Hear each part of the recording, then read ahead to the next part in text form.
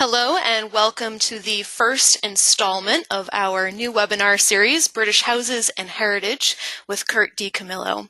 My name is Ginevra Morse. I'm the Director of Education and Online Programs at American Ancestors and New England Historic Genealogical Society. I will be your moderator and virtual MC for today's event. American Ancestors is a nonprofit organization supported by our members and donors. We are the oldest and largest genealogical organization in the country, and we specialize in providing resources, research, and expertise to uncover and share the stories of families, family objects, and family homes. We are pleased to offer such programming for our members and friends around the world. Today, we contemplate the English country house and its presumed position as the center of the universe. We will hear stories of just some of the traditions, inventions, and personalities to arise from the English country house and their surprising impact on history. If you have any questions, please feel free to type them into the question panel at any point during the presentation. We will answer as many as we can at the end of the session. I also want to note that we are, of course, broadcasting from our homes with various limitations and distractions. We do apologize in advance if there are any interruptions from our end, and thank you for your patience. Even if we do lose connection, you will have access to a full recording of this presentation on our website. And our inveterate storyteller and expert guide for this series is Curt DiCamillo, an internationally recognized authority on English country houses and the decorative arts. Curt joined American Ancestors in February 2016 as our first curator of special collections. A longtime member of NEHGS, Curt has led highly successful heritage tours for our organization to England and Scotland. He's lectured extensively in the United States and abroad, and taught classes on British culture and art at the Museum of Fine Arts in Boston. Curt was previously Executive Director of the National Trust for Scotland Foundation, USA, and as Curator of Special Collections here at NEHGS, Curt provides strategic direction and expert guidance for organizing and exhibiting our extensive collection of family history-related artifacts. Please join me in welcoming Curt DiCamillo. Thank you, Ginevra, very much. I have to tell everyone who's listening that this would not have been possible today without Ginevra. I also want to thank the many people who are here with us today from the Royal Oak Foundation. I feel it's important to mention that I'm sitting here in my apartment in Boston where it is supposed to snow tonight. And I just want to mention this is May 8th. And for those of you who have not experienced New England weather, well, aren't you lucky? We're here to talk about why I think the English country house is the center of the universe. I have a slightly biased opinion on that subject. Let me give you a few bits and pieces of, I think, astonishing information. The first thing is England, Scotland, Wales, and Northern Ireland, the four constituent parts of the United Kingdom. Those four pieces put together are smaller than the state of Oregon. And when you realize the immense amount of culture and art that is condensed in that small space, it sort of boggles the mind. There are estimated to be around 10,000 country houses today in Britain. And by country house, I mean a house that is the center of an agricultural estate, land that supported the house from farming or from tenant farmers who paid rent to the owners, and had usually about 3,000 to 5,000 acres of land, sometimes hundreds of thousands of acres. My favorite statistic in this regard, as far as art, is that we have today more old master paintings in the country houses of Britain than all the museums of the world combined. But if you look here at this cartoon from Punch magazine where it says, "Good heavens, Lavinia," it says here that the East Wing burned down last night. You would think, because this is a stereotype of these people living in these grand houses very removed from the reality of everyday life, when in fact, beginning in the 20th century, that was not the case. As you'll see in the next slide of Stowe House, we had this astonishing view of an enormous house that is probably everything that people think a great British country house should look like. This was built for the Marquises and Dukes of Buckingham. Since the early 20th century, it's been a school, Stowe School. I love, as an American, telling people that graduates are called old Stoics. But in spite of how grand this is, and the grandest space you'll see in this next slide of the Great Rotunda, this is from a photograph that I took about 2 years ago when we led a tour there. This is a detail of it. We're going to pull back in the next slide and show you the full stature of this room, which is sort of mind-blowing for someone's house. So this is, as I said, an extreme example of a wealthy British country house, had an amazing collection of art, but as you'll see in the next slide, all of this was auctioned off. In this case, there were a series of sales, but one we're looking at here is a poster from 1922 that is an auction selling the contents of the house.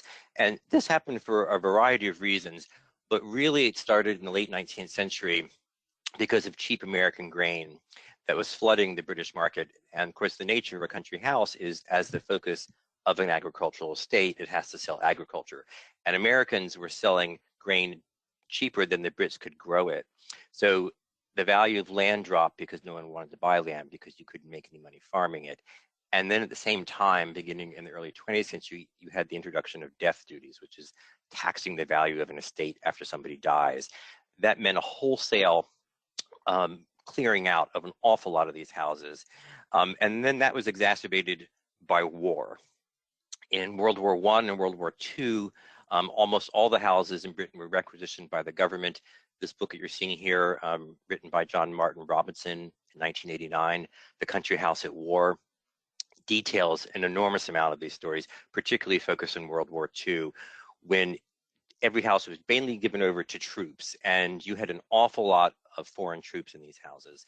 You had Americans, you had Free French, you had Poles, Canadians, Australians, Brits. Every house was used in a different way, mainly to support the war effort. Not surprisingly, these troops did not treat the houses very well. I have two favorite stories from this. My first one is the house where the owner left. Could we actually go back to the next slide? Sorry. Where the owner left the house with all of his portraits intact and decided he would just put up studs and then some plywood and leave all the ancestral portraits on the wall. He went away for the duration of the war, came back, was very relieved to see that all of the wood was intact, looked completely untouched. He took off the paneling and discovered that the eyes of every single one of the portraits had been cut out. So all of his family portraits had no eyeballs.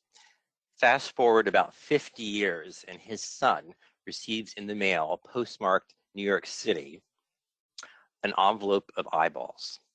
So the thought would be either the man on his deathbed confessed what he did, or he had a remorse of guilt, sent the eyes back. But the problem here is that these houses were treated very, very badly by the troops.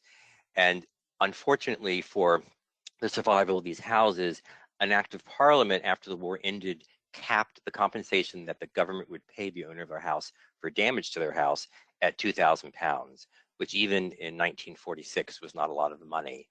So in the next slide, you'll see what most people did with these houses, which is they said, right, £2,000, my house doesn't have electricity, it doesn't have running water, and it's too big, we can't afford servants anymore, we're going to tear it down. We're going to take the £2,000 from the government and we're going to tear it down.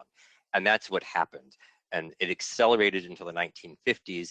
The worst year was 1955, in which every other day a country house was demolished. That was all documented in what you see before you here, which is the catalog for an exhibition at the Victoria and Albert Museum in 1974 entitled The Destruction of the Country House. This was organized by John Harris, who you see a quote from here, together with a number of other scholars, to focus on what they believed was something that was being lost before their eyes. And it's interesting because the exhibition was nothing but a series of photographs of houses that had been lost in the last 80 years. And you can see what John says about these houses. Nowhere in the world are there so many country houses as in England, matchless for the astonishing variety of their styles and the richness of their collections and furniture. So the question would be, why? Why is it nowhere else in the world? And there are all kinds of answers to that question, but I think one of the primary ones is primogeniture, which is that the eldest male inherits everything. That's why country houses in the continent went out of the families, mainly because of the Napoleonic Code, which said that when a man dies, his estate has to be divided equally among his children and his wife. Whereas in Britain, and this is still true today, these great houses passed from one generation to the next, saying one son, the eldest, gets everything and no one else gets anything. And therefore, the whole is kept together and intact. And a good example of what we're going to see to illustrate that is this house in Wiltshire, Bowood House, still the home today of the Marquis of Lansdowne, who owned it, or the family owned it in the 18th century. You see on the right what they called the big house, and on the left, the stable block, which also has attached to it the Diocletian wing, which was added by Robert Adam in the mid-18th century, which also had living quarters in it. What happened here is that same thing as you heard me say. In the 1950s, the house was riddled with dry rot. It didn't have central heating or running water. And the then Marquis said, that's it, we're just going to tear it down.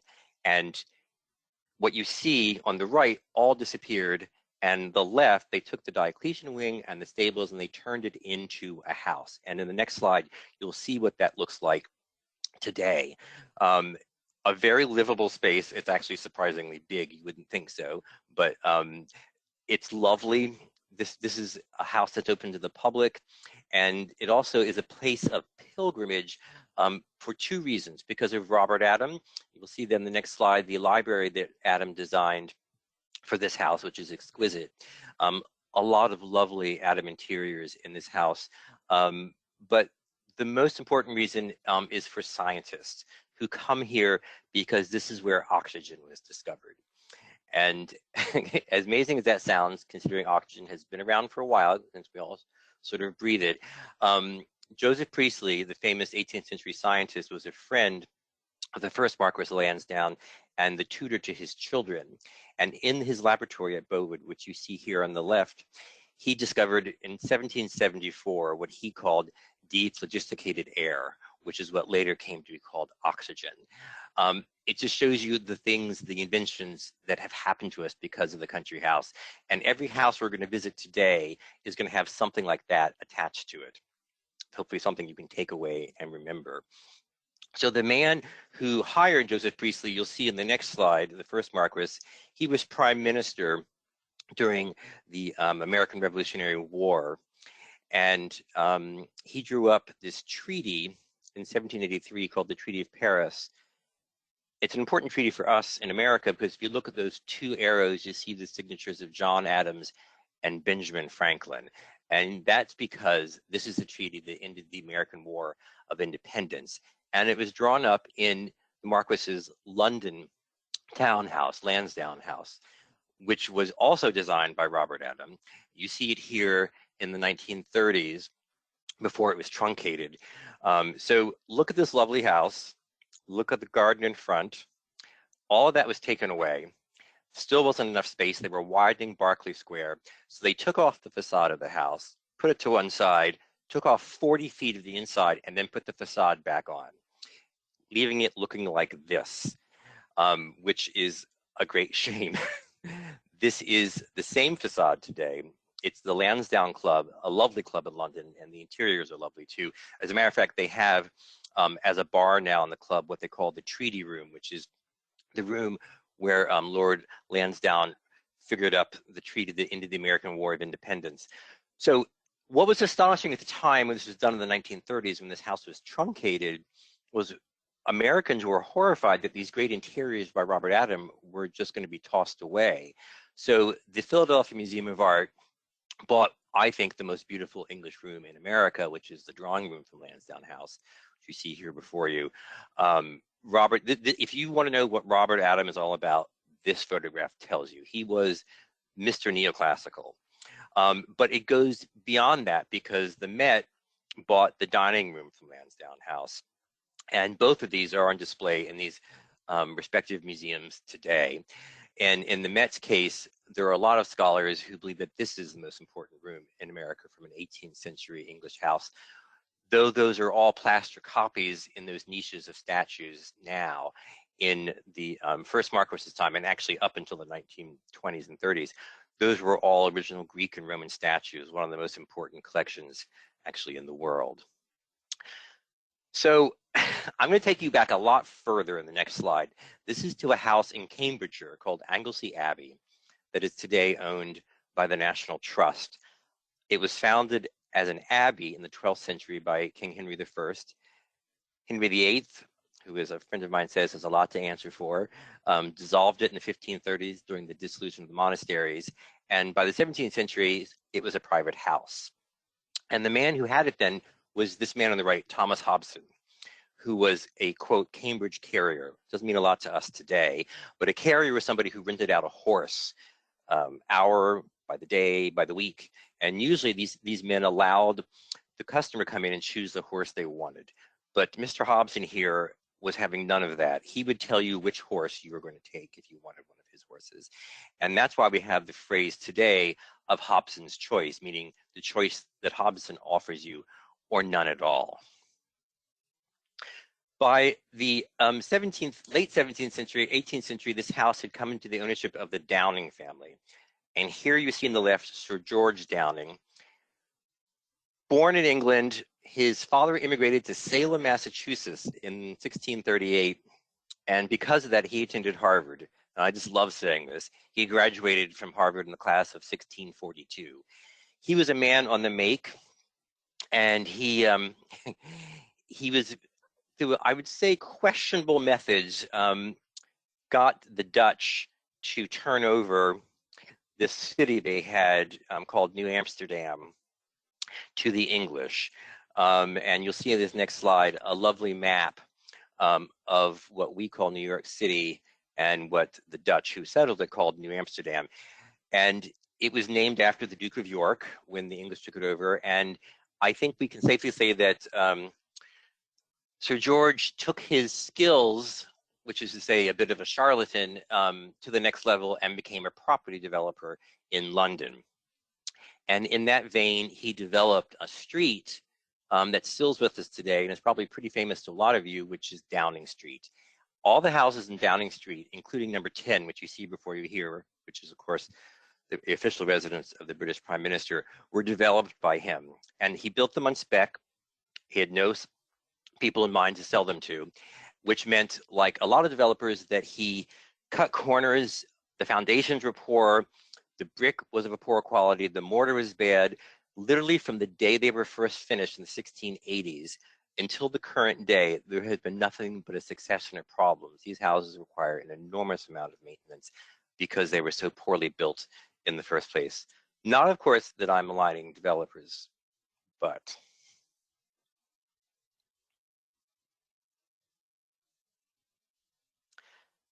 look at this lovely pink photograph. So these are the mixed doubles badminton finals at the 2012 Olympics. I'm sure everybody here knows that the game of badminton was invented at Badminton House. I mean, that's just a natural, right? Badminton House, which is this lovely house in Gloucestershire, owned by the Duke of Beaufort today, as it has been since it was built. In 1863, in an attempt to find a way to exercise well indoors without breaking anything, the game of badminton was invented. And the reason was quite simple. This is British weather. You can't always go outside to get exercise because of the rain and the cold. But you did want to bat something around that would break something. So you come up with this shuttlecock, very light, wonderful thing you can bat around. And the very first game of badminton was played here in the entrance hall. It's set up exactly as it was in the time the game was invented. As a matter of fact, if you go there today, there is the very first badminton racket ever used still in the hall. It's never been open to the public, the house. We were very lucky to get there on a tour a few years ago. But the best statistic I can give you is that the regulation size of a badminton court today is exactly the footprint of the Great Hall at Badminton House. Just a goosebump moment, I think.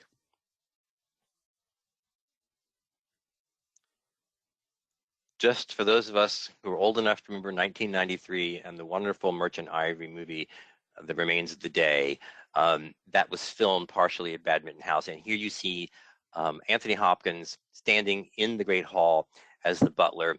You see a lovely equestrian portrait behind him. Every single painting in here is an equestrian focus. It was in the 18th century, and it still remains that way today. But there's a further thing that I think makes this house more famous, maybe not more famous, but an equal famous thing, and that is a famous piece of furniture. This is the great drawing room, and I'm sorry this is such a dark photograph, but you can see where I have that red arrow, there's a little niche that was built specifically to accommodate this piece of furniture. This is the Badminton Cabinet, which was sold from the house in the 1990s. This is considered by most furniture historians to be the most important piece of furniture ever made. So the question would be, why is that? And the answer is because it took 30 men 5 years to build at the Grand Ducal Workshops in Florence. 12.5 feet tall, 7.5 feet wide. You can see in this photograph of it, the man standing next to it gets a sense of proportion. The then Duke of Beaufort sold it in 1990 for £8.5 million. It was bought by a Johnson & Johnson heiress who sold it in 2004 for £19 million, so about $30 million, making it the most expensive non-pictorial piece of work ever sold at auction. It was built in 1726 for the third Duke of Beaufort and had that space made for it and had never left there until 1990. So the question, of course, is who is rich enough to pay that much money for a piece of furniture? And the answer is the Prince of Liechtenstein, who put it into his museum in Vienna, not surprisingly called the Liechtenstein Museum.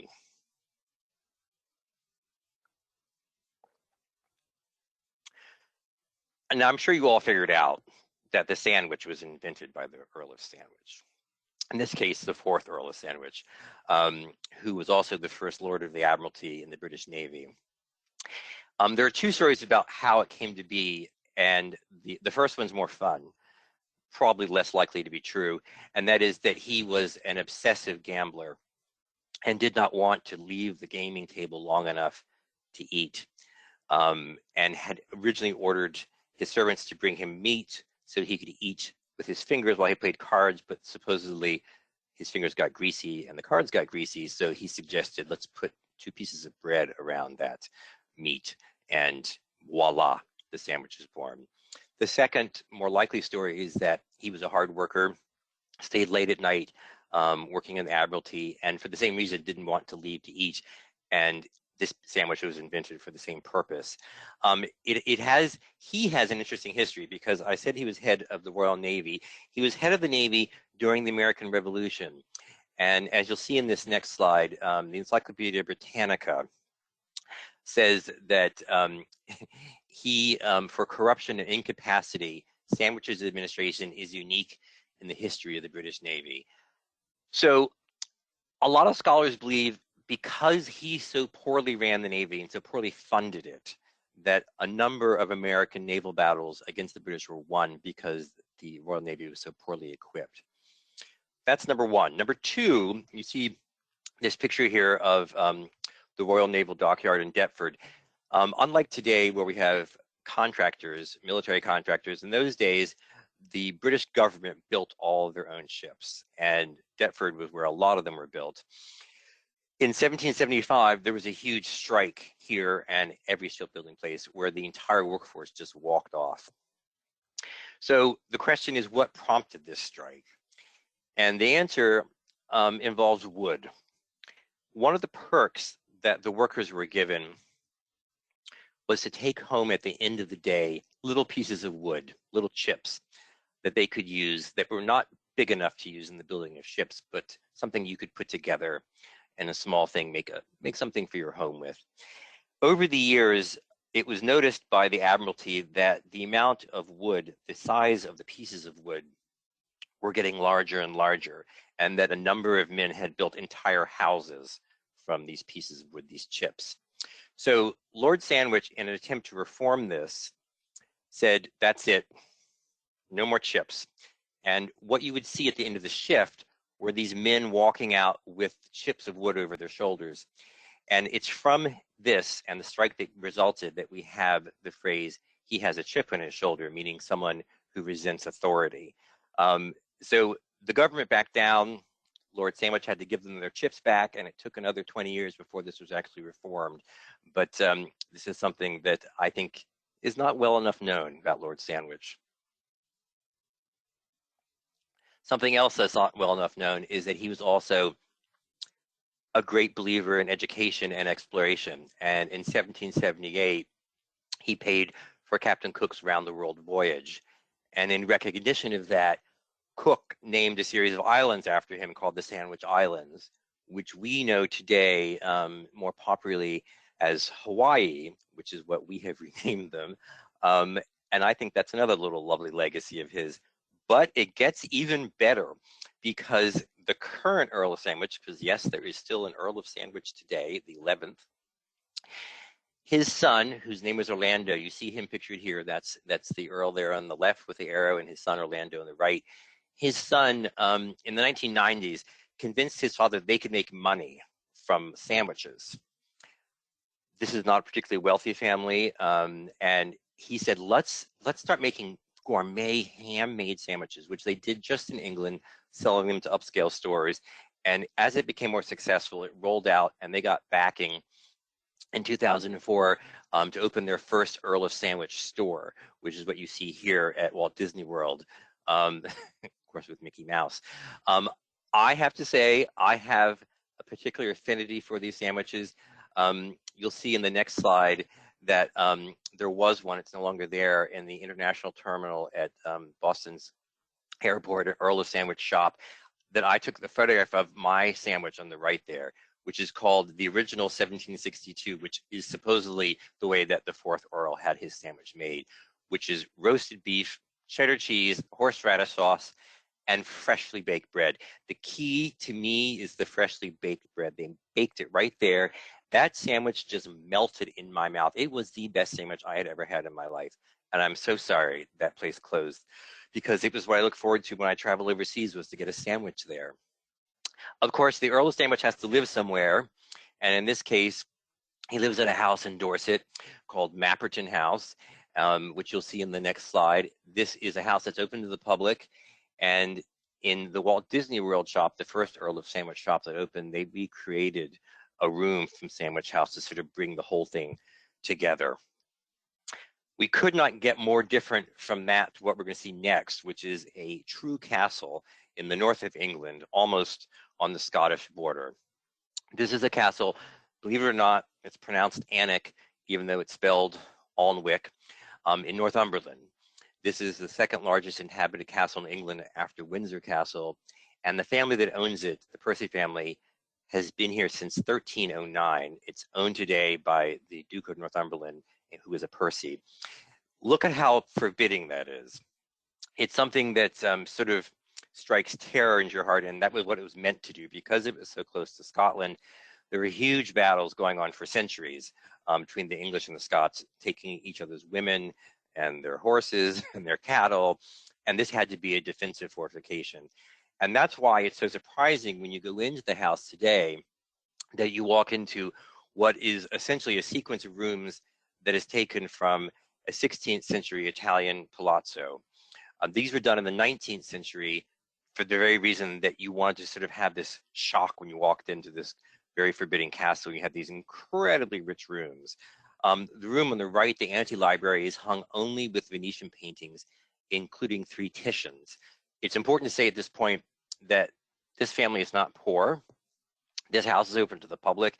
It's an amazing treasure house. You'll see in the next slide the wonderful library, which sort of resonates in my mind as to what a country house library should look like. It's just got a wonderful sense of warmth to it.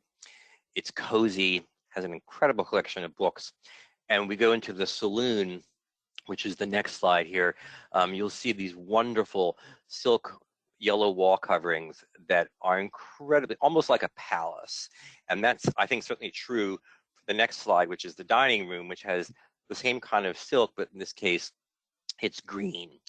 And when we get to that slide, I want you to look at the portraits over the fireplace there.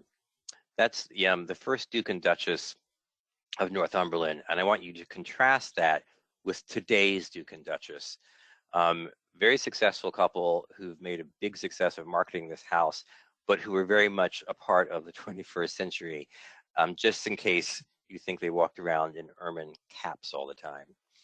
But getting back to the first Duke, whose portrait was there over the fireplace, he was, as all of us are, human, and he had at least one illegitimate child that we know of, and that child became a successful scientist, and he inherited a lot of money from his mother, who of course was the Duke's mistress, and that man's name was Smithson, and he died in 1829. This portrait you're looking at here is from 1816.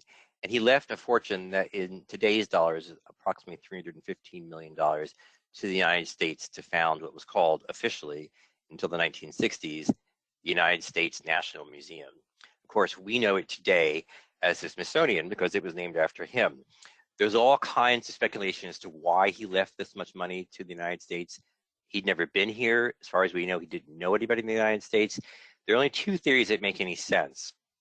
One, that as an illegitimate child, he was persecuted by society, and there's lots of speculation because of his large fortune where it would go after his death. So to spite the Brits, he gave it to this upstart country. And secondly, as a scientist, he may have thought that this country that was saying it was building itself on a country of merit rather than of inherited titles was rewarding somebody for what they did and for how smart they were rather than to whom they were born. And of course, the end result is the world's largest museum complex, 19 museums, 9 research centers, 21 libraries, and the National Zoo. Now, his father had, as one always did, a London townhouse. Actually, he had 2 of them. There's one in the center of London, and there's one in the more suburban parts of London. And we're going to look at the second one here. It started off as an abbey, and though it doesn't look that big here, it gets sort of narrow in this part of London. That's the Thames in front of the house, off in the distance. And then beyond that, way back there is central London. This is what we would call in New York terms, one of the outer boroughs where this house is. It's today called Zion Park or Zion House. It started off as Zion Abbey in 1431, founded in honor of the Swedish mystic Saint Bridget, one of the 6 patron saints of Europe. It was named after Mount Zion in the Holy Land. And it was the last great abbey to be founded in England before the Reformation. It only lasted about 100 years before Henry VIII comes along and turns it into a private house. But how it got built is an interesting story. It was founded by Henry V, the king, so that 60 nuns and 20 priests could carry forth never-ending prayers to save the soul of his father, Henry IV, for his role in the murder of Richard II, because Henry IV would never have been king if he had not deposed Richard II. So a bit of ugliness there, and of course that's something that the church taught, was that you could basically get rid of any sin if you had enough people praying for the departed soul to get them out of purgatory. So we move forward to the dissolution of the monasteries, and Henry VIII comes along. He dissolves it in 1539. By 1546, it's Zion House, which it remains today. And just a year later, in 1547, when Henry dies, his body stops the night here on its way to Windsor for burial. Now, and that's where the lovely part gets in. Henry, by the time he died, was almost 400 pounds. And of course, bodies, as they decompose, tend to bloat. So over the night, his body burst out of its coffin. And the next morning, dogs were found licking up the fluids that had leaked from the body. Now, this was considered divine retribution against Henry for his desecration of the abbey, and all of the abbeys, in fact. Because don't forget, Protestantism was hanging on by a thread in Britain. England was still mostly a Catholic country, and Henry was greatly resented for what he had done by taking away all the abbeys and all the old trappings of the church. But soon after it becomes a house, it comes into the Northumberland's ownership. which it still remains today. The Duke of Northumberland also owns this house, and it is also open to the public. The then Duke of Northumberland, who you see here on the right, who, if you aren't clear at this point from his portrait, was a bit of an operator himself, got his daughter-in-law, Lady Jane Grey, to be crowned. She actually was never crowned. She accepted the crown of England after the death of Henry's son, Edward VI, the boy king who died when he was a teenager. So she was the famous queen for 9 days, Lady Jane Grey. The Duke was beheaded because Lady Jane was deposed by Henry's daughter, Mary, Queen Mary came and re-Catholicized the country, and this is what happened to Lady Jane Grey. Queen Mary had her beheaded, and she's still a great cause of study today. But let me take you into the 18th century inside Zion House. And this is Robert Adam again, the great Robert Adam. Look at the entrance hall he designed in the 1760s for the first Duke of Northumberland. This is one of the most exquisite interiors, I think, in England. And the reason I have Julius Caesar here is because I believe that if Caesar walked into this room today, he would have every reason to believe that he was in the 1st century in Rome, never thinking that he could possibly be in 21st century England. The interesting thing about that juxtaposition is that just about where this house is on the Thames, we know Caesar crossed the Thames when he was invading Britain. So a lovely coming together there of connection. The next room is possibly the most luscious in the house. It's called the the anteroom. So it's a small room leading into this big room. It is unbelievably luscious. A richness of colors that sort of defy description. Eileen Harris, you see I have a quote from her there, who is one of the foremost scholars on Robert Adam, says this is the first English interior decorated with the manner of a triumphal arch with projecting columns with freestanding figures. Now those columns that those statues, those gilded statues are standing on are not just any old columns.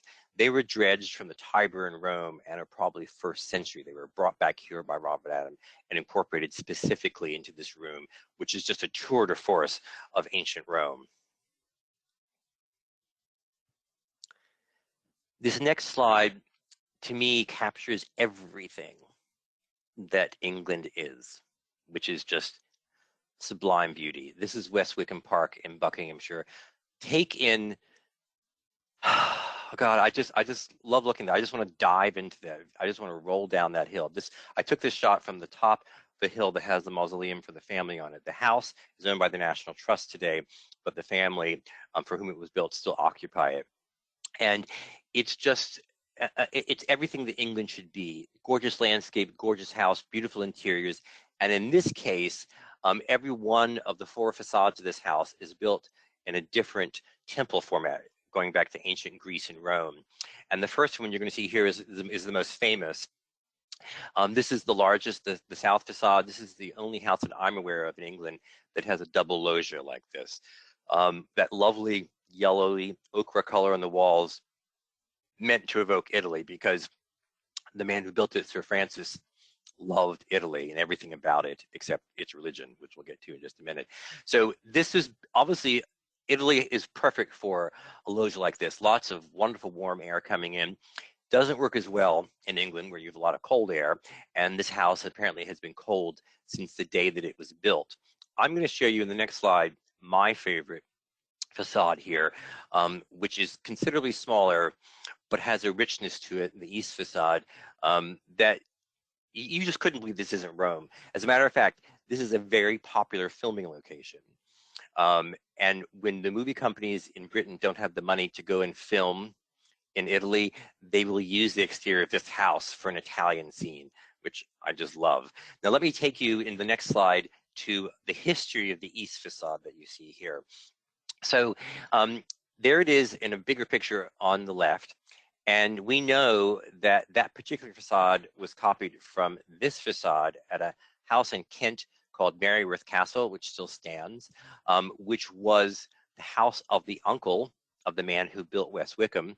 And Maryworth Castle is one of the most faithful reproductions in England of the Villa Rotunda. in Italy, which you see down beneath you there, designed by the great Palladio and considered by most architectural historians, including me, to be one of the most important buildings ever built.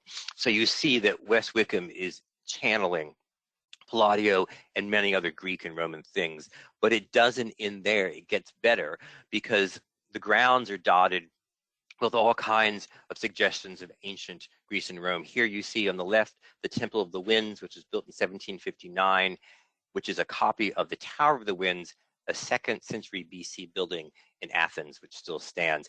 And the attempt to do it here at West Wycombe in the 1750s was one of the earliest attempts in England to reproduce a monument of Greek antiquity. Up until that time, you had a lot of Roman stuff going around, but not much from Greece. And you'll see in the next slide again, we have this combination of Greece and Rome always going back and forth. The Temple of Apollo, built at West Wycombe in 1761 and modeled on the Arch of Constantine, built in the 4th century in Rome. Now, the Temple of Apollo was also called, and still is to some old timers, the cockpit, because they had cockfights there. So Sir Francis, who built this house and built everything you see here, was a lover of all kinds of things. He loved women, he loved drink, and the women part, he had no longer planned the way. He had his garden laid out in the shape of a female nude. He also founded the Hellfire Club. This is a portrait of him in the dining room at West Wycombe. It's not a coincidence that he has a glass of wine in his hand and he's looking very happy. The Hellfire Club, of which a lot has been written, was a club drawn from the upper reaches of English society, and its focus was the love of everything Italian and the hatred of Catholicism. And they met usually twice a year at the caves near the house, which are actually open to the public today. They're called the Hellfire Caves, and at the ruins of a local abbey. And what they would do is they would hire prostitutes to come down from London. They would dress them up as nuns, and then the members of the club would dress up as Roman Catholic priests, the Pope, and bishops, and they would have their way with the nuns. It would last for 3 to 4 days of debauchery. As I said, it was drawn from the highest members of society, professors at Oxford, government ministers, including our friend the 4th Earl of Sandwich. He was a member of this club, as was Benjamin Franklin. Yes, Benjamin Franklin. Benjamin Franklin lived at West Wycombe Park for 4 years. Ironically enough, considering all this hatred of Catholicism, it was at West Wycombe that Franklin, together with Sir Francis, did an amazing thing. They rewrote in 1773 the Book of Common Prayer, used by the Anglican Church, and their version, their simplified version, is still the one that's used today in the Anglican Church. And I'm going to quote to you from a letter that Benjamin Franklin wrote to his son in 1773 about his time at West Wycombe. I, of course, want to point out that 1773 was before the unpleasantness. He never spoke to Sir Francis after the American Revolution. He says, "I'm in this house as much at ease as if it was my own, and the gardens are a paradise. But a pleasanter thing is the kind countenance and very intelligent conversation of mine host, who, having seen all parts of Europe and kept the best company in the world, is himself the best existing." Now, this next house doesn't exist anymore. It was pulled down between 1967 and 1969 and replaced with an office building, unfortunately. It's called the Deep Dean, and primarily 17th, 18th, 19th century house. A lot of these houses you see have no one particular period. They've been added to, taken from, gone back and forth. But this house is important because of the man who bought it and transformed it into what you see today in the early 19th century. And his name was Thomas Hope. And you see him here in a portrait from the National Portrait Gallery in London, dressed in Turkish costume, which was very popular for the intelligentsia and for the dilettanti. You may have, if you think back to what we saw, that portrait of Sir Francis Dashwood from West Wycombe, he was also dressed in a similar costume. So who was Thomas Hope? Well, he was the result of, he was a very rich man, the result of a banking family. Hope and Company, which were started by his ancestors, were bankers in the Netherlands. They originally came from Scotland. In the late 18th century, they fled from the revolutionary armies of France and Napoleon from the Netherlands to London. There, Hope and Company was essential to an American interest, because when Thomas Jefferson decided he wanted to purchase what we now call the Louisiana Purchase, he borrowed money from Hope and Company. So Hope and Company basically purchased Louisiana and held the note into the United States government, so Napoleon could pay it back. Now, that money came down to our friend here, Thomas, and he didn't work. He had an incredible sense of style. This is the hall that he designed himself, that you walked into at the Deep Dean. He was one of the most important collectors in his time, particularly of Greek architecture.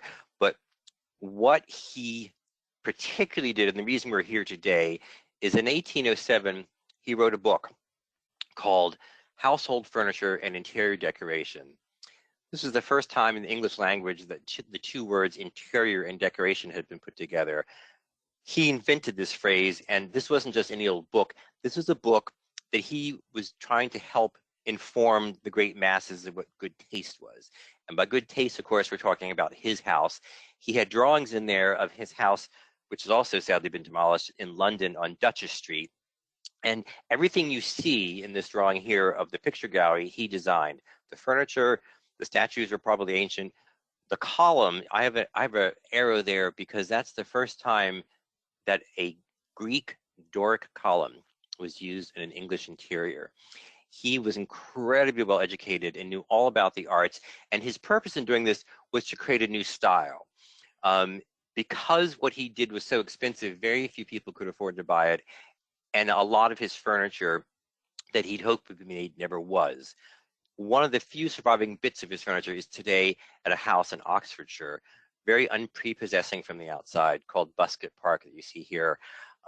This is a house, I'm sure some of you have been here with me on a tour, owned by the National Trust today. The contents are owned by Lord Farringdon, whose family gave the house to the National Trust. And when you go into the entrance hall, you see this tour de force of Thomas Hope furniture. And it's not just Hope furniture, it's specifically pieces that came from his book. So you see here on the right, Busquet Park, you see that settee, you see those two chairs. Those arrows, if you follow them over to the left, show you those very same pieces in the drawing room that Hope designed for himself. These are some of the most expensive pieces of furniture you can get today because they are so rare, because so few pieces were made. I'll give you a better view of a Hope style in a bed that's attributed to him, that's in the collection today of the Museum of Fine Arts in Boston. Now, when you look at this, this could only be Hope. No one else designed like this.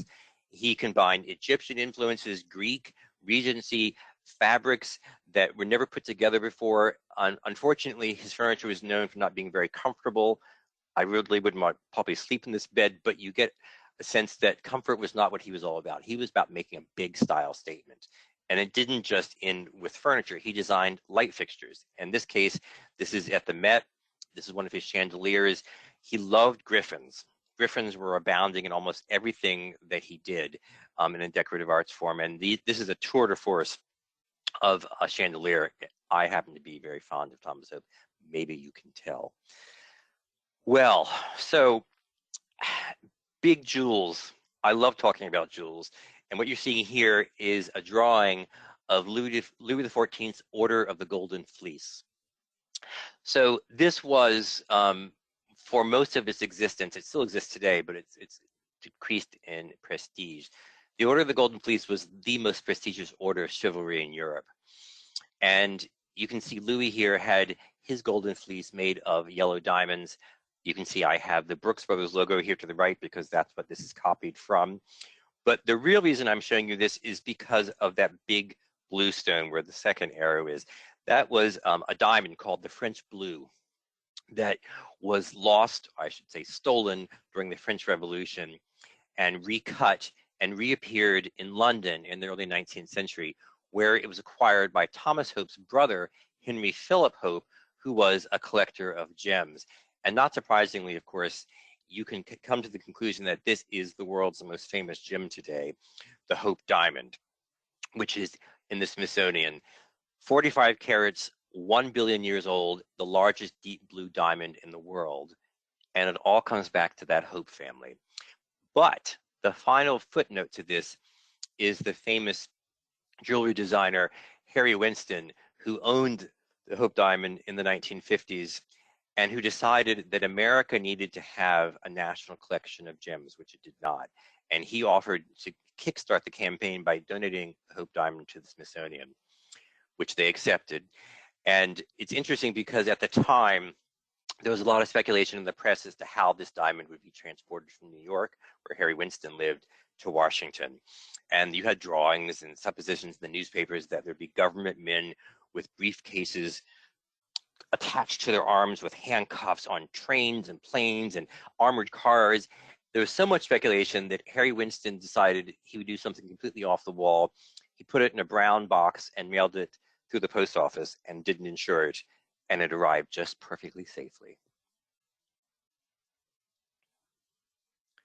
I suspect many of you have heard an Englishman's home is his castle, or a variation of that phrase.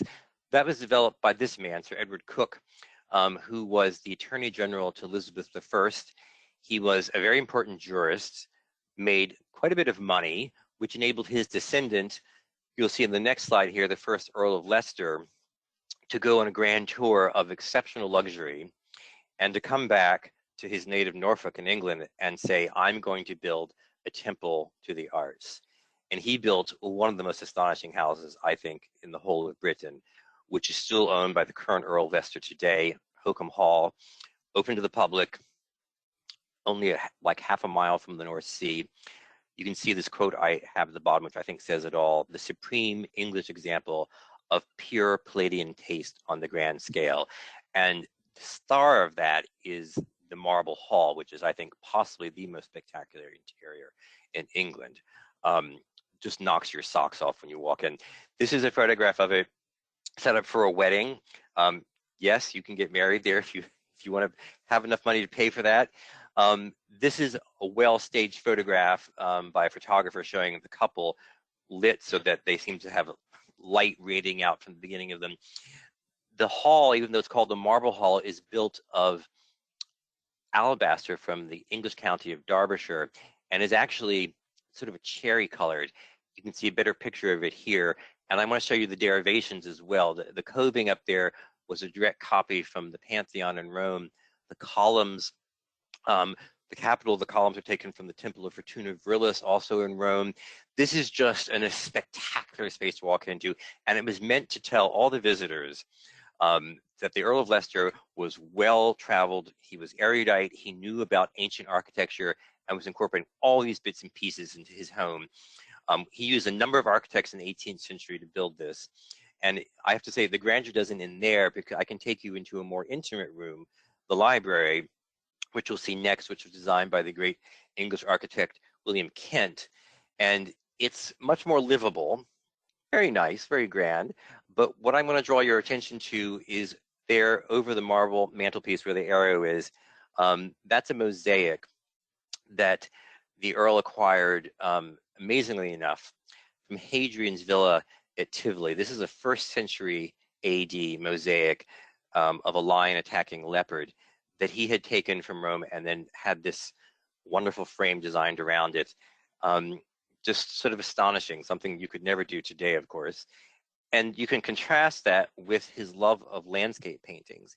He had an entire room built called the Landscape Room, which is still hung today as it was in his own time, only paintings of landscapes. There are 7 Claudes and 5 Poussins in here.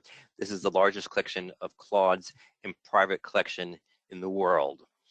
But the real reason we're here is to talk about hats, specifically one kind of hat.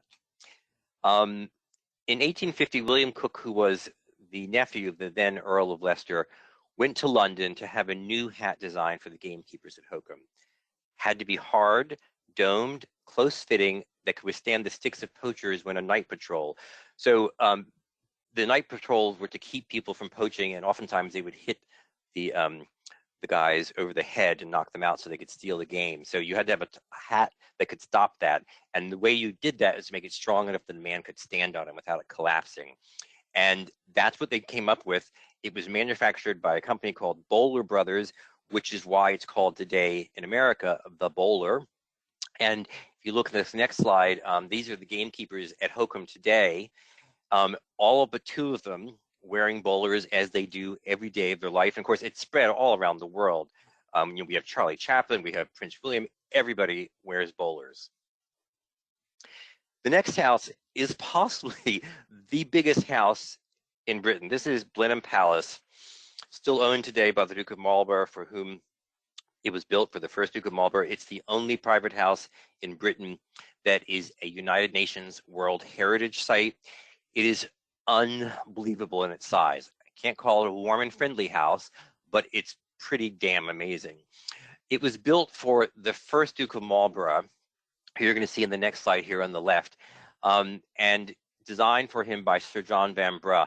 Now, I love looking at these two guys because you'd never guess they were wearing wigs. It's just so obvious that they're wearing wigs. And I have to say a bit here about why wigs developed as they did in 17th and 18th century Europe for men. And that's because Louis XIV started going bald in the 17th century. So he started wearing wigs to cover up his baldness, which of course, the Sun King being the leader of Europe, when the king started doing something, other men copied him. So eventually throughout Europe, certainly including England, men shaved their head, even if they had hair, and put these wigs on because that's what the king did. Just shows you how the emperor's new clothes never really ends. So John Vanbrugh here, an amazing man, British secret agent, playwright, self-taught architect. His most famous design was the first house he ever built, and that is in Yorkshire. And it's, I think, one of the most amazing houses in Britain. I know you keep hearing me say that. All these houses are amazing. But for my taste, Castle Howard, which is what you're going to see here, which was his first commission, just blows your mind. It's a very rare style of English Baroque, which Blenheim is as well. It's most famous, I think, to Americans today because of the 1981 miniseries, Brideshead Revisited, which was filmed here. And because of that, they estimate 25 million people since 1981 have visited this house because of the TV series. But back to Blenheim and why it was built in the first place. So the first Duke of Marlborough, John Churchill, was a military man, a general, a very, very successful general, a very smart general. And he was fighting the armies of Louis XIV. And in 1704, August 13th of that year, to be precise, in Bavaria, in a little town called Blenheim, he had this huge victory against the French that pretty much took them out of the running as a major military power on land for almost 100 years and left Britain as the premier European power. The Brits took Blenheim and corrupted it to Blenheim and named this house after it.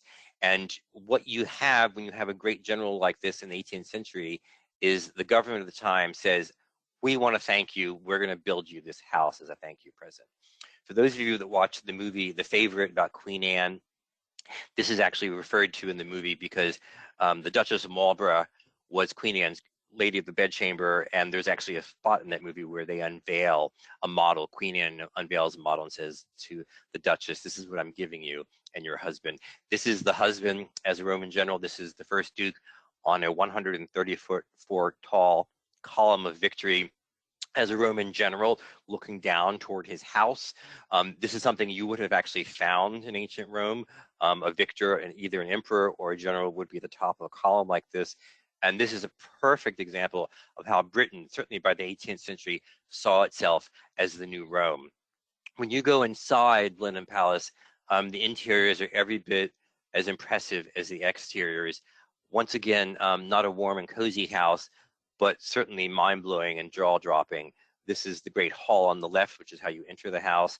The dining room on the right, incredibly over the top. By the early 20th century, the late 19th, early 20th century, the money had really run low. The ninth Duke of Marlborough, even though he didn't have a lot of money, as you'll see, had quite a staff there.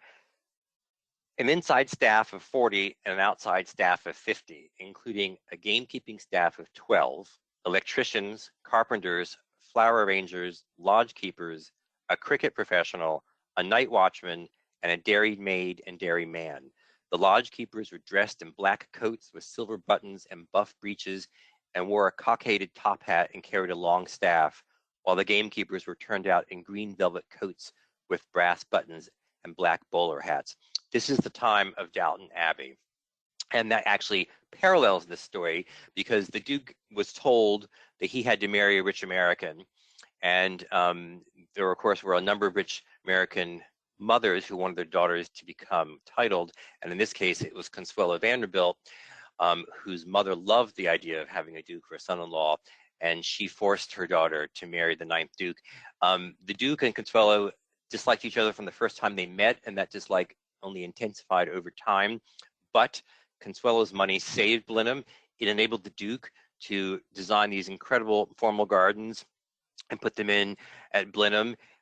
Just to give you a sense of how much money Consuelo brought with her, she, of course, being a Vanderbilt, was one of the wealthiest families in America.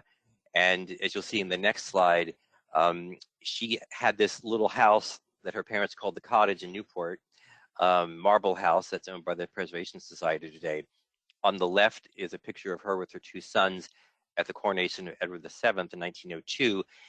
And that money, of course, that the Vanderbilts had came from railroads, specifically the New York Central. And in inflation-adjusted dollars, her dowry, which went to her husband, was about $200 million in New York Central stock that he received. So that could enable you to do quite a bit to fix up your house. As I said, it was not a happy marriage. This is a quote from Consuelo. "From my window, I overlooked a pond in which a former butler had drowned himself. As one gloomy day succeeded another, I began to feel a deep sympathy for him." While the marriage lasted, a lot of money went into keeping up appearances, and part of that was to having your portrait done, a family portrait, in this case by John Singer Sargent. You can see the portrait on the left, the 9th Duke, and his family, done in 1905. Sargent was specifically told, you have to better the portrait that was done of the 4th Duke and his family by the famous Reynolds, and most scholars agree that he did. This is the 4th Duke's portrait with his family. There's something going on here, and this is the real reason we're actually here visiting Blenheim today, in this portrait, and you'll see this in the next slide. On the left, we have the 4th Duke's son, who would become the 5th Duke. It's hard to see, but where that yellow arrow is, he's holding in his hand a red leather box, one of 10, lined on the inside with green velvet, that had the world, or certainly Europe's, most important collection of ancient gems. These are mainly Roman gems. When I say a gem, I mean a carved stone, so like a cameo or the reverse of a cameo, an intaglio. So important were these gems to the Duke that he insisted that his son be painted with this box in his hand, and in his hand, the Duke's hand, where the red arrow is, he actually has one of the carved gems in his hand. We can't tell exactly which one it is. It could very well be this one, which is called the Marriage of Cupid and Psyche, that was made in the 1st century BC.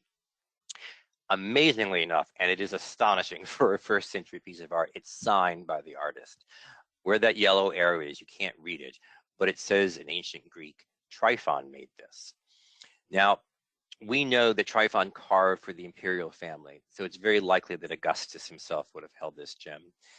We know much later it came into the ownership of Peter Paul Rubens, who considered it one of his most valuable possessions. Before it came to the Duke, it had passed around a number of important houses in Europe. By the time the Duke owned it in the 1760s, it was a huge craze in Europe to try to find a way to make reproductions of these. And the man who did that was Josiah Wedgwood. It took him 4 years and 12,000 failed experiments before he came up with a formula for jasperware, which you see in the upper right there. The very first thing he made in jasperware was the Marriage of Cupid and Psyche, and that was no coincidence, because we know that the 4th Duke loaned him this gem for over a year so he could create copies of it. When I give tours at the Museum of Fine Arts in Boston, where this gem is today, I love telling people, because it's very tiny, this is where Wedgwood started. That, to me, is a nice goosebump moment. Another goosebump moment is to look at how rich the Marlboroughs were. This is the only known pair ever have been made of solid gold ice pails. 22 karat gold, the two of them together weigh 25 pounds. Think of that, 25 pounds of gold. These are today in the British Museum. So I said it was an unhappy marriage. They got divorced, Consuelo and the Duke. Of course, he kept the money. Of course, he spent most of it. He got married to another American, Gladys Deacon, who you see here. Yes, she actually pronounced it Gladys. And when he was redoing more of the gardens, he had the Sphinx's face modeled on hers. She was considered to be one of the great beauties of her time, but she wanted a more perfect nose. So in a very early attempt at plastic surgery, she had paraffin wax surgically inserted under her nose to create a bridge that she thought was more attractive, and also to raise her cheeks a little bit.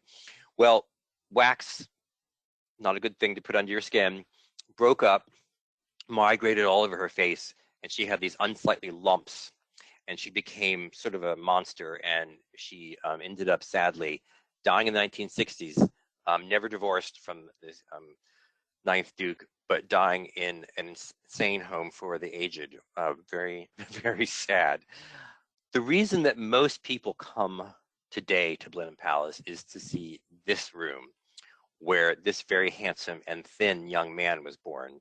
And to prove to you that we were all thin and possibly handsome once, I submit to you the photograph of what he looked like in his most famous days. Of course, this is where Sir Winston Churchill was born. And Churchill and all these people play a part in a fictional novel that I would like to recommend to you in these times of being kept inside. It's called A Weekend at Blenheim. It's a murder mystery by J.P. Morrissey, published in 2002. All five of the people that I've talked to you about, that you see their photographs here or their paintings, all five of them are in the book. None of them come out as particularly nice human beings. There are a number of fictional characters as well. Very good read, particularly if you like murder mysteries. Now we're going to go to our final house. This is the first Duke of Montague. He was the English ambassador for 4 times to the court of Louis XIV at Versailles. Loved everything French. When he came back after his last posting to his native country, he decided he wanted to build a Versailles for himself. And his house that he built is still called today the English Versailles. It's called Badminton House, and you see it from the air here. It's pretty astonishing because it's unbelievably French, very unusual for an English house. And it's also a calendar house, as you see here. This was fairly common in the 17th and 18th centuries in Britain, which was to devise a house that had different parts of a calendar. So in this case, 7 courtyards, 12 entrances, 52 chimney stacks, and 365 windows. This house is still owned today by his descendants, in this case, the Duke of Buccleuch. It's open to the public. The stables, which you see here, have to be the most French-inspired stables in England. I mean, if you saw this picture, if I saw this picture today, I would say that has to be in France. The collection of the house is astonishing. It has the most important collection of 18th century French furniture in Britain, amazing porcelain, and amazing tapestries and rugs. Now what you're seeing here is an English tapestry of 1699 made by a man called John Vanbrugh. You don't hear about English tapestries very often. They tend to be coming from the continent. Vanbrugh was very good. This one that he did called Venus at the Forge of Vulcan has a lot of its colors intact. I have to say, when I first see tapestries, I'm like, big deal, because they're almost always faded, mostly brown and blues. And if you read, particularly 17th century letters, people are orgasmic about tapestries. They go on and on about how wonderful they were. And I was always mystified, like, why is that? They're so bland. Well, it's of course because they all faded. And this is a tapestry that has faded quite a bit, but has a lot of its original colors in it. And you can see because of these colors why people were so crazy about them. But the reason that the tapestries and the rugs at Badminton House are in such good shape is that the Buccleuchs, the owners of the house, are a Scottish family, and they have major houses in Scotland. And for almost 100 years in the 19th century, they did not visit Badminton at all. The house was completely shut up. The shutters were closed, fully staffed, so everything was taken care of. So these things didn't fade, and they have a wonderful freshness to them. I can't say enough about going there. It's really walking to the 17th century. The furniture is astonishing too. Like everything else, it's mostly French. You see a Buhl cabinet here. Of course, Buhl was one of the preeminent furniture makers the court of Louis XIV, and he invented this system, which you see here, of putting tortoiseshell and brass together. He learned his craft from an earlier man at the French court called Pierre Gull, and we'll see in this next slide from him something that was done in the 1670s. Instead of tortoiseshell, he used crushed mother of pearl with pewter and brass. This has a wonderful provenance, this particular writing table, because it was given to Ralph Montague, who became the first Duke of Montague, by the king, by Louis XIV. We know this was actually made for the king. And that's an astonishing thing. It's something that happens all the time at Badminton House. You have things given by Louis XIV or made for him that ended up at this house in the English countryside. I mentioned about the porcelain being important. It has one of the 4 or 5 most important collections of Sèvres in Britain. And what you're looking at here is an exceptionally rare survival. This is a set of 2 potpourri vases made in 1759 by Sèvres. We know these were owned by Madame de Pompadour. What is their function? Well, you could use them when flowers were blooming or when they weren't. So when they weren't blooming, you see where that upper arrow is there, the red arrow on the left. That lattice work allowed potpourri, which was put in there, to give you the scent of flowers. And then you had beneath you, where that second arrow is, these purple porcelain flowers. Now, when the weather was good, those flowers came out, and you could put bulbs down there, right where Ginevra's moving that arrow very kindly for you. You could put flowers, grow them in soil or in water, and giving you the ability to have flowers all year round. The thing about this and the discovery of these is that these were bought by the 5th Duke of Buccleuch in the 19th century. And they bought so much Sèvres, he and his wife, that they had literally boxes and boxes of it that had never been opened. And in this case, these were discovered in the stables in the 20th century. No one knew what was in them. There was so much. These are unbelievably rare Sèvres. And to have them survive and be in such amazing shape is sort of mind-blowing.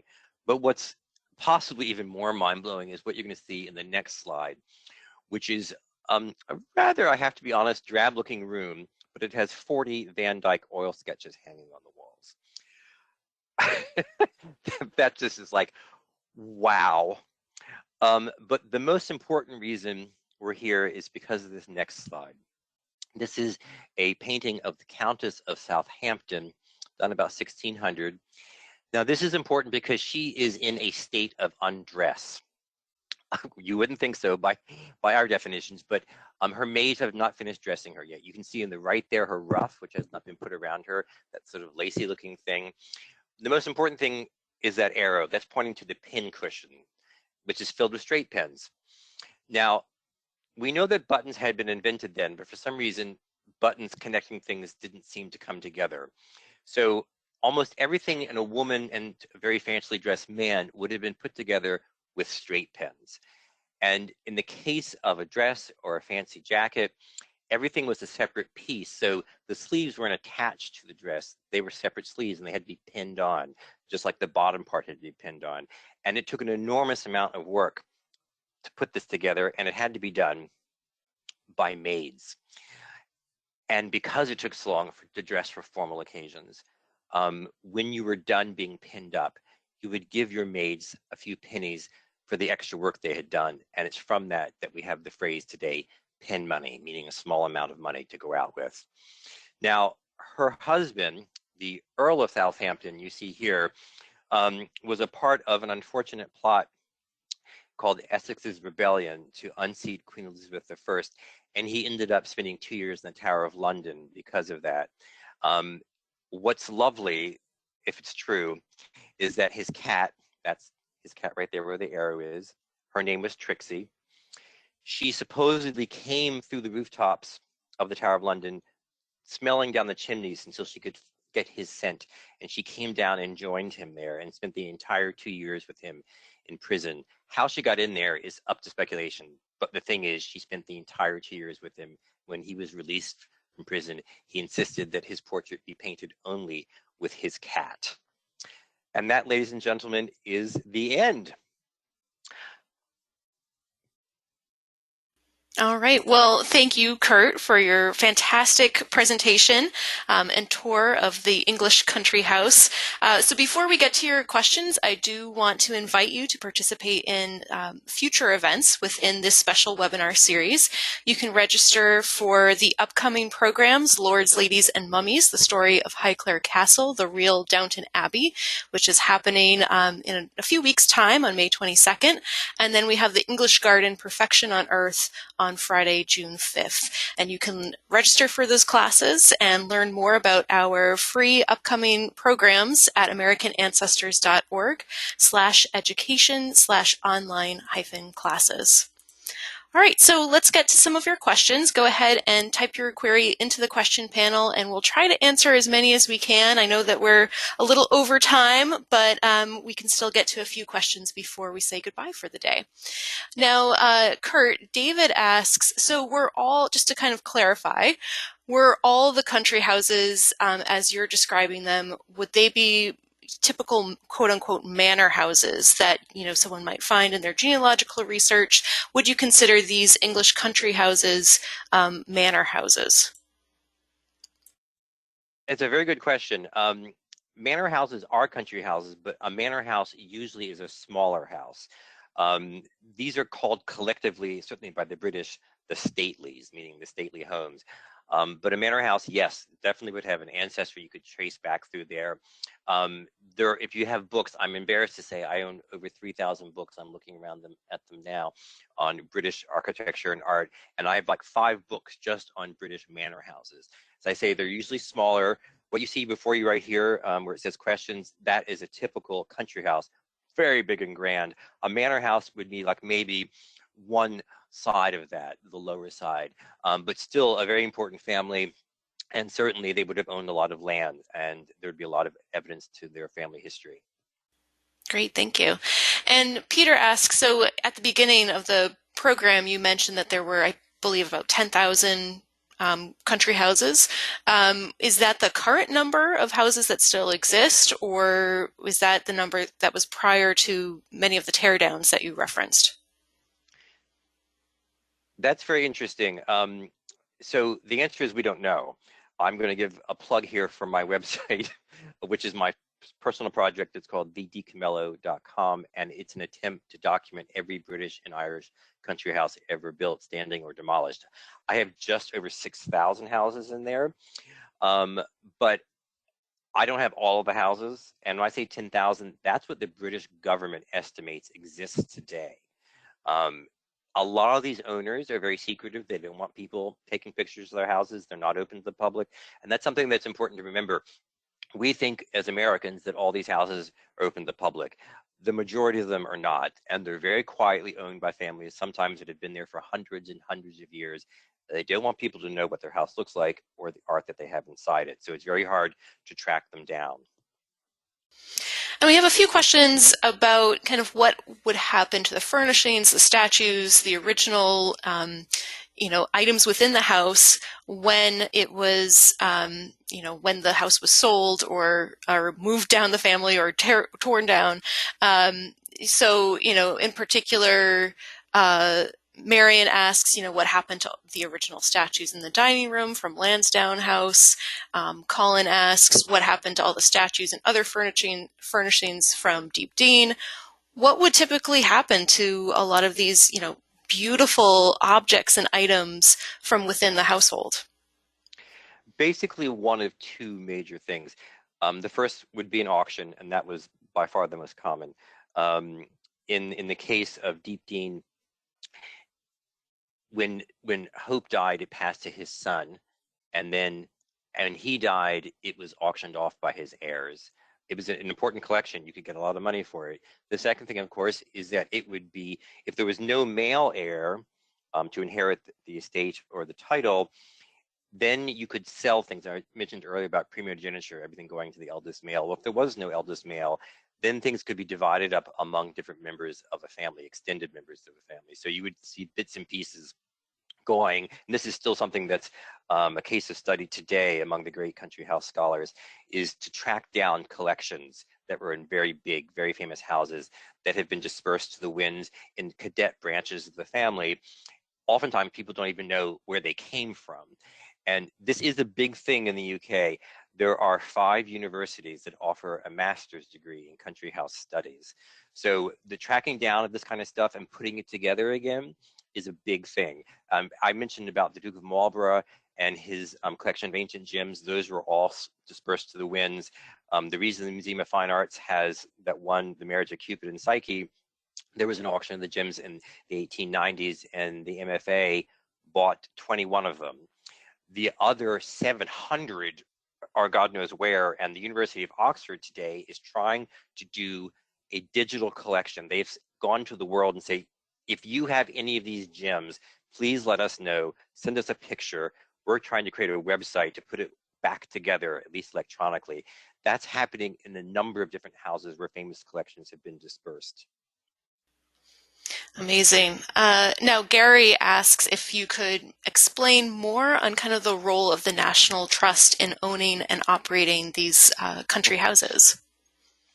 The National Trust, believe it or not, famous today for its country houses, it was not formed to save country houses, it was formed to save land. And it was only beginning in the 1930s, just before World War II, that trust really got into houses and what they called their country house scheme, which has more of a negative connotation in America than it does in Britain. And the reason was because nobody wanted these houses, basically. And the families who had them couldn't afford to keep them. And it was considered important enough to the national heritage that they not be lost. What happened as things went on is the National Trust discovered how incredibly expensive these houses were to run. So for instance, today, if you wanted to give your country house to the National Trust, it would have to come with an enormous endowment. The trust would tell you how much money they would want in a lump sum that would cover its operating expenses for the next 50 years. And if you can't offer that, the trust would say, sorry, too bad, we're not taking it. So the trust in the beginning, as sort of a guarantor of last resort, is now quite rightly from a financial standpoint saying, we can't take on this house unless there's a lot of money attached to it. The country house scheme and the National Trust has been sort of de-accelerated. They're much more focused now on doing wild spaces, mountainscapes, seashore preservation, for the simple reason that houses are just so expensive to run. And the thing is, why would you give the house to the National Trust today? If you have that much money that you can afford to give to the trust with an endowment, then you can keep it yourself and run it. All right, maybe one final question before we say goodbye. And this is from one of the registrants, but it's also a question that I have as well. So Bagley asks, which of the houses you presented here is your favorite and why? It's hard to choose, right? It's my favorite. Let me quickly, I would probably have to say my favorite's probably going to be Wycombe, because of the great hall, the marble hall that we walked into, the alabaster. I was very lucky once being taken up inside that hall to the coving. So I was up in the attics looking down to how it was made. It blew my mind. And the amount of effort it took, everything that was done at Wycombe Hall, and this is very common for all these houses, was made on the estate. So the brick was made on the estate from clay on the estate. The stones that were built the house were mined on the estate, and very few things came from very far away. It was just too expensive. So the whole reason for an estate beyond the agricultural land, it was a self-sufficient community, and you had to basically make everything yourself. I just want to get back to one last thing about the National Trust, something that is not understood well in America. The National Trust is not the government. It is an independent charity. It gets no money from the government. So that's why they're so reluctant to take on houses without monies, because they can't be everything to everybody. But I think they do an exceptional job, and I don't know where we would be without the National Trust. God bless them. All right. Well, thank you again, Curt, for your time that you spent with all of us today. And if we didn't get to your question, or if you think of something as you review today's recording, you can always write to Heritage Tours at nehgs.org. And I would like to thank you again for joining us today. As you leave the event, you'll have the opportunity to fill out a survey and give us your feedback as we continue to expand our webinars and online offerings questions. Any and all feedback is extremely helpful and appreciated. I also want to note that this free webinar was made possible by the generous support of members and friends around the world. Please consider making a gift to American Ancestors to keep these programs free and to create more free programs for you and audiences around the world. If you'd like to learn more about American Ancestors and the fabulous heritage tours, many of which are led by Curt, please visit americanancestors.org/heritage-tours. Please stay safe, stay healthy, and I hope to see you at our online programs in the future. Goodbye for now.